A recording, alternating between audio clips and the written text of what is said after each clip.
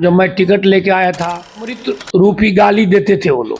अमृत रूप में मुझे संपूर्ण भारत न्यूज के साथ और मैं हूं यर यादव। इस वक्त आप देख सकते हैं झंझारपुर लोकसभा का जो है रिजल्ट आ गया है और सांसद महोदय जो है हमारे साथ हैं। रामप्रीत मंडल जी जो है जदयू से उम्मीदवार थे और यहाँ पे उनको जनता आशीर्वाद ही नहीं महा आशीर्वाद दिया है और सीधा दिल्ली तक भेजने का काम कर दिया है। तो चलिए जुड़ते हैं और जानकारी लेते हैं। सबसे पहले सर आपको बधाई और स्वागत करते हैं। बहुत बहुत धन्यवाद आप। और झंझारपुर की जनता को सर क्या कहना चाहेंगे? इतनी बड़ी जीत आपके साथ, इतना बड़ा प्यार, जनसमूह आपके साथ, आप तो गदगद हो गए हैं। ऐसी बात नहीं है, ये जीत मेरी जीत नहीं है, हमारी जीत नहीं है। ये जीत हमारे देवतुल जनता, झंझारपुर की जनता की जीत है। ये जीत एक तरफ विकास, एक तरफ विनाश, दो मुद्दे थे। तो विकास को लोगों ने चुना और ये विकास की जीत हुई है। हमारे माननीय मुख्यमंत्री जी जो विकास में काम कर रहे हैं जनता के बीच में, ये उनकी जीत हुई है। माननीय प्रधानमंत्री जी नरेंद्र मोदी जी जो गरीबों के बीच में 5 किलो अनाज देने का काम कर रहे हैं और आप देखते होंगे गरीबों के लिए उन्होंने जो गैस का व्यवस्था किया है, किसानों के लिए साल में 6,000 रुपया देने की व्यवस्था की है माननीय प्रधानमंत्री, वो उनकी भी जीत है। एनडीए की जीत है। हमारे रामविलास पासवान जी का जो सपना सब था, उनका बेटा ने जो चिराग पासवान मेहनत किया है, ये उनकी जीत है। जीतन राम मांझी की जीत है और 5 पांडव हम लोगों की पार्टी में थे, तो 5 पार्टी मिल करके हम लोग एनडीए का गठबंधन था बिहार में, ये सबों की जीत है। दूसरी बात, जीत का श्रेय मैं देना चाहता हूं हमारे जितने भी कार्यकर्ता एनडीए के थे, चाहे विधायक गण हो, चाहे जिला परिषद गण हो, चाहे जिला अध्यक्ष हो, प्रखंड अध्यक्ष हो, पंचायत अध्यक्ष हो, एनडीए के जितने कार्यकर्ता थे मेहनत से रात दिन हट करके लगन के साथ मेहनत किए, जिसका फलाफल मुझे पूरे बिहार में हमारे जनता दल की पार्टी में सबसे ज़्यादा बहुमत से वोट मिला है। मैं दिल के गहराइयों से देवतुल जनता, मतदाता मालिक को बहुत बहुत आभार व्यक्त करना चाहता हूँ, धन्यवाद देता हूँ कि मेरे ऊपर जब मैं टिकट लेके आया था, अमृत रूपी गाली देते थे वो लोग।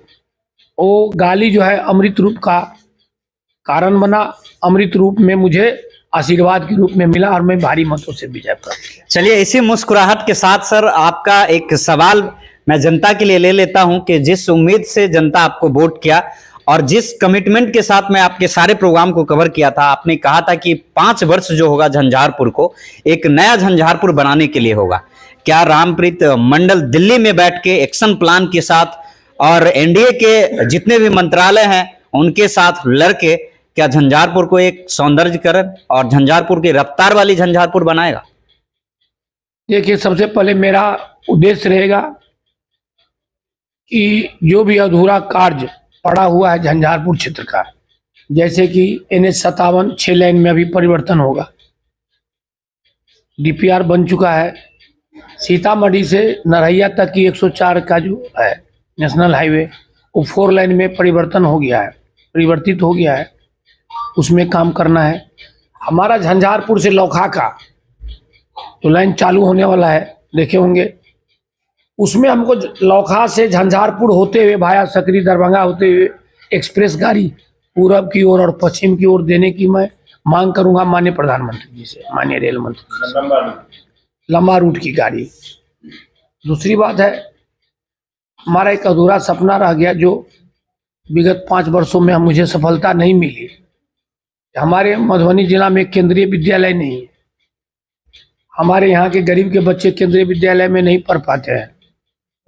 दूसरी बात है, हमारी मधुबनी जिला के जितने भी महिलाएं, हमारे जो आर्मी के जवान शहीद हो जाते हैं या किसी घटना में किसी कारणवश उनकी मृत्यु हो जाती है, उनकी बेवा महिला, उनकी औरत जो होती है, उनकी पत्नी को पेंशन लेने के लिए मुजफ्फरपुर जाना पड़ता है।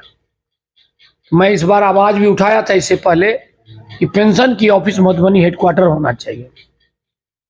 तीसरी बात है कि हमारे मधुबनी में जिला में एक कोल्ड स्टोरेज नहीं है।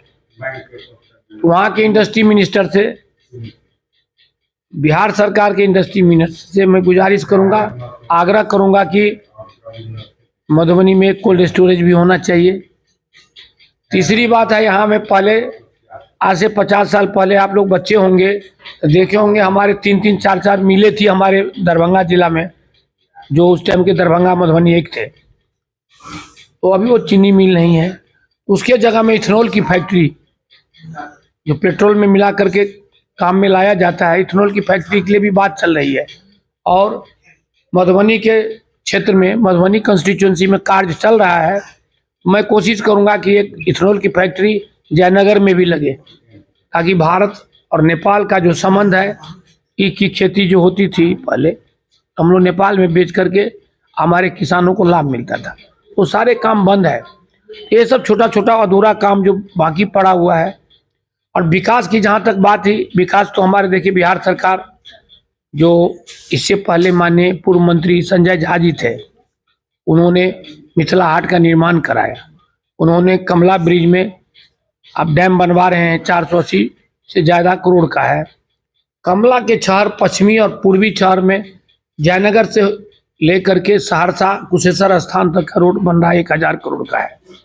मेडिकल कॉलेज जो अधूरा पड़ा हुआ है, काम थोड़ा सा धीमी गति से चल रहा है, उसको भी मैं कोशिश करूँगा कि मेन स्ट्रीम में आवे और काम सुचारू रूप से हो, ताकि 2025 तक चालू हो जाए। बहुत सारे काम है हमारा। देखिए बरसात में कोसी और जो बलान नदी है, उफान सा आ जाता है। 2019 में बहुत क्षति हुई थी।